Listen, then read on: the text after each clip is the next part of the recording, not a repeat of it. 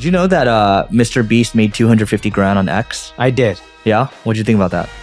I don't know how it actually worked on X's end, but my theory is because it's MrBeast and they want to entice more people like MrBeast who have a massive social following to post more video content.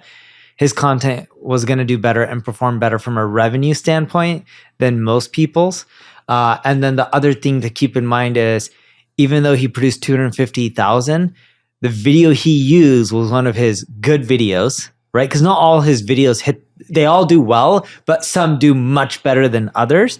And the other factor is he spends an arm and a leg to create his content. Most people don't spend that much money. And if you look at how much he generates in ads versus how much he's spending, I bet you he's losing money if it was just a straight monetization play.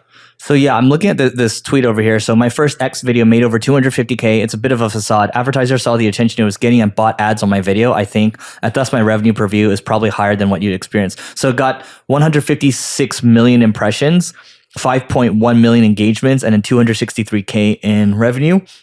And then he gave it all away. And then I think he tweeted afterwards, and it became a super viral tweet saying he gave 25 grand 10 times if they follow or like re-engage or like retweet. And I think that got like hundreds of millions of views or something like that. So he like leveraged the attention to get more attention. I think that was smart of him. And hey, 250 grand is better than nothing. And he already had that video on YouTube and any other social channel that he probably uses, which I'm assuming is all of them. But it's a smart model. If you're creating content, I don't get why people don't just post it on all platforms. It's like extra reach. And dude, I know people who post on Twitter. We have mutual friends. Some of them get no likes. Yeah. And it's like, it's okay. You're still getting some impressions. It's better than nothing. You know, don't be ashamed of having little to no engagement. It's better than nothing. I'll tell you what, I mean, I'll tell you what's good for MrBeast. What he should do, I believe, is, he has a SaaS called View Stats. Okay. He has a what called View Stats? Software as a service, Okay, yeah. So View Stats, go to viewstats.com, and it's like Social Blade, but it's better. And so the cool thing, you should definitely have your team do this, but you can see the videos. You can see videos on my page, and you can see how many times I've ran tests on each particular video. When I started doing an A/B test, when I started doing a thumbnail test, how many I've ran. And so now we have something where we can hold our people accountable too. We can see how many tests they're running because we want them to run a lot of tests, right? And I just think the analytics are better. He's not charging anything for this right now, and I think it's one of the better YouTube tools that are out there. And maybe he'll start charging $5 a month or $10 a month. Oh, I'm gonna check it out. Yeah. On a side note, going back to YouTube and even X and MrBeast and just social in general, dude, it was funny. Did you see the chart that someone ended up posting on Reddit? Netflix's revenue per user versus Facebook?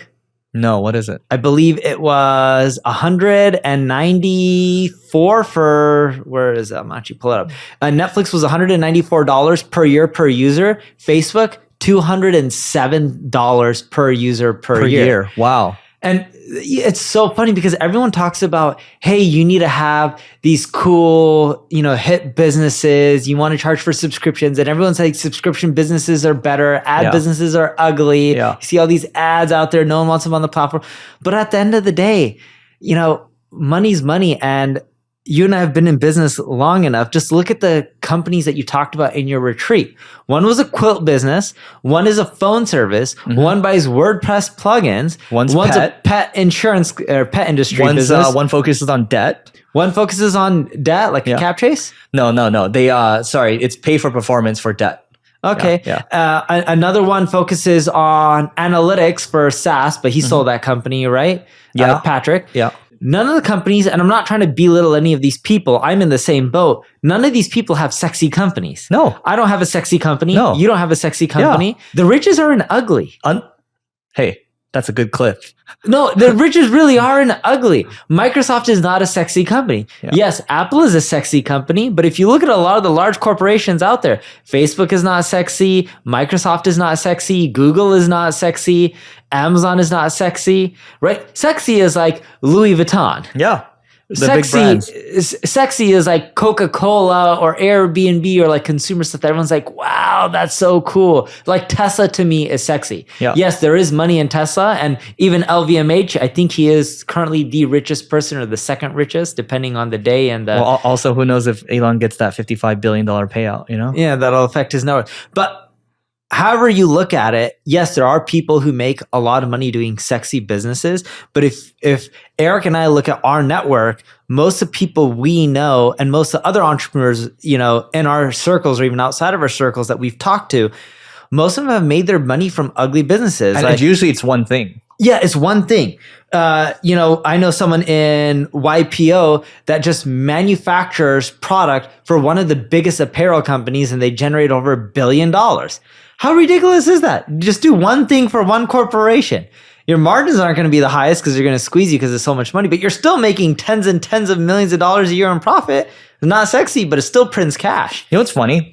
We look at Twitter now, or I look at Twitter, and it's like, you see the same mistakes happening over and over. So you learned your lesson. You know, I learned my lesson. We got punched in the face before to focus, right? And then to do one thing for a very long time. And then you see people that are just super smart and they talk about their holding company or the 10 different things that they're doing. Or like, you know, I just started this company over here. And it's a completely unrelated business. But then they're also making fun of people that are telling them to focus. And it's just like, dude, it's like you look at it, it's like you're waiting for this train to crash. Yes. Basically. So I don't know. It's just, you see the same thing over and over. We're just telling you guys, those of you that are doing multiple things probably should just do one thing. By the way, Neil and I have an agency owners group called the Agency Owners Association. All you have to do, just go to marketingschool.io/agency. Once again, it's marketingschool.io/agency to learn more. And now back to the show. Focus is so important. We've talked about this in the past, but Warren Buffett and Bill Gates got asked a question on what do you think is one of the most important factors that have led you to your success. It was something like that. I'm paraphrasing. Mm-hmm. They both wrote on a piece of paper without talking to each other. It was at the same time, I believe, and they both wrote down focus. Focus is super important. And everyone looks at, you know, I was talking to someone the other day and they're like, you know what? I think the new thing is not focus. If you look at a lot of people like Elon Musk and stuff like that, they're doing a lot of things at once. I was like, who told me? You told me about this. I told you that. And I was at dinner and I respect the person who ended up telling me he's really smart. We both know him, mutual friend of ours.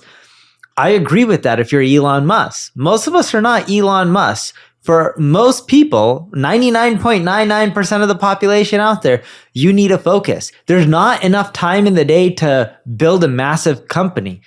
Elon is able to do it. Most people don't. And I think it's one, because he's extremely brilliant, but I also do believe there is some luck on his side as well. There was a VC named Guy Kawasaki, and Guy Kawasaki wrote a book. Is he a VC? He used to be. Yeah. He was an Apple's evangelist. Uh-huh. Then he had Garage Ventures, which is his venture fund. Oh, I didn't know that. He had it for a long time. And then from there, he became an evangelist for Canva. He's done well in his life. But when you look at Guy in his book, Art of the Start, you know, he talks about in life, if he could pick, he'd rather invest in luck.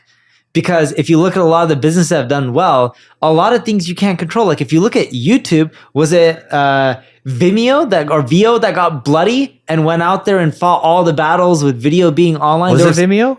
Veo, I think. Okay, Veo. Yeah, it was one of those video platforms that got bloody before you, and they paved the way for YouTube. Yeah. Right? It wasn't that YouTube had a better idea. Someone else got bloody before them dealing with laws and regulations, which also helped pave the way for YouTube to just go and crush. The YouTube acquisition by Google was lucky too, because YouTube couldn't support all the server costs and everything. Dude, and it was so expensive. They paid, what is it, 1.8 billion? I haven't seen it in a long time. 1.1 or something. No, I think it was higher than that. I thought it was 1.8. It was something ridiculous. Here, let me just type it in. YouTube acquisition. YouTube, price. Google buys 1.65. You're closer. 1.65. Yeah. Either way, that's a ton of money. And everyone back then thought they overpaid for Google or for YouTube. Yep. And now look at it. It's worth over $100 billion in Google stock. They're laughing to the bank. That was one of the best acquisitions they made. Mm-hmm. I consider that luck. If you look at the Instagram acquisition by Facebook, part of it was luck. I think the Instagram founders really kicked themselves for selling out. Now that thing would have been worth over $100 billion itself. Who knows? I mean, I would say afterwards, Google really improved. Without Google's like product updates to YouTube, it wouldn't have gone where it went. And then I know when Instagram sold, they only had a couple people. But actually, this actually parlays into this tweet over here. I don't know if you saw this. Have you seen this graph before? So this graph here, I'll read it out. And those of you that can't see the screen, it's newspaper advertising, and then is it with adjusted with inflation? Yeah, well, billions of dollars not adjusted for inflation, but you can see there's a blue line over here which shows the newsletter industry. Show it to the camera. Yeah, newsletter industry over here going to 67 billion or so, and then all of a sudden in the 2000s or so, Google comes out of nowhere, and then Google, it's like this pink line, it just shoots up, and you see all these other advertising platforms shooting up, but the newsletter platform or newsletter industry just newspaper industry. Sorry, not newsletter. Newspaper. Yeah, the blue line just goes completely down, right? So basically, it's when legacy. So here's the tweet from Balaji. So Balaji says it's when we now understand the 2010s. It's when legacy media fought a ferocious but ultimately doomed rearguard campaign against the internet. That's why they pushed censorship so hard and constantly thumped their chest about being journalists. It was protectionism. They were dying. So it's interesting because the other thing is you can see the thousands, hundreds of thousands of newspaper employees. It just goes straight down. And you hear of all these layoffs that are happening. It sucks that people are getting laid off. That sucks. But like this kind of goes into what you're just saying. It's like, why do people buy Instagram? Why do people buy WhatsApp? Why do people buy YouTube? It's because of the attention. That's where the money is. And look at Facebook, making $207 per user over Netflix's $194. And what is Netflix doing now? Introducing ads. What did Amazon do? Introducing ads. Mm-hmm. Dude, I met up with a guy at Amazon. I forgot at what conference. It was somewhere in Utah. It was for an e-commerce conference. And he's wanted to sit down, and he's one of their spokespersons, deal with their whole ad platform. He's like, Neil, if you want to put this bottle of water in one of the shows that we make, we can switch it out for X amount of impressions. And then if you want to change the shoes on the person, we can change the shoes. We can adjust placements of different products for shows and movies that we produce, and you can actually have ads integrated into the media. We didn't get into pricing. He was pitching it to me to pitch to all of our customers. Got it. Well, and by the way, I mean, this could be the thing we could wrap up on. Talking about changing things up, AR and VR. You tweeted about your Apple Vision Pro experience. Dude, the Apple Vision Pro. I have another one in my unit. I got two. I thought you're returning it. Yeah, I did return the first one. Oh, so you still have one? I got to return the second one too. Oh, okay. All right. I ordered it literally at like 5:02 or 5:03 or something like that in the morning, the day it first came out. And then I found out I was going to get it like 4 or 5 days later. So I'm like, screw this. So I went to Apple and I bought one, and I told the lady, she's like, just return the other one. Yeah. So then I bought it, put it on. Thing was amazing technology wise. I think it is the future. There's not enough essential apps on there. It's too heavy, and it gives you a headache if you at least have contacts. I have LASIK, so I don't have prescription lenses, but you know that feeling if you wear contacts or glasses for the very first time, it gives you a headache for a bit. It hurts. You get the same feeling when you end up doing it the other way around. Yeah. So anyway, I mean, you said it's good. You think it's going to be game changing. Andrew Wilkinson tweeted something. He said he thinks it's going to be game changing. He thinks it's a novelty. So it's kind of like how you think about it right now. It's more of a novelty than anything. Austin Reef of Morning Brew, he thinks it's going to be game changing technology. So we'll see where it's going to go. I'm the type with this type of stuff. I'm usually an early adopter, but I'm going to wait for like one iteration or two. I've been waiting on iterations for Apple Watch for a while. I still don't have one right now because I just don't like wearing things. But anyway, that's that for this episode. Please don't forget to rate, review, subscribe, and we'll see you tomorrow.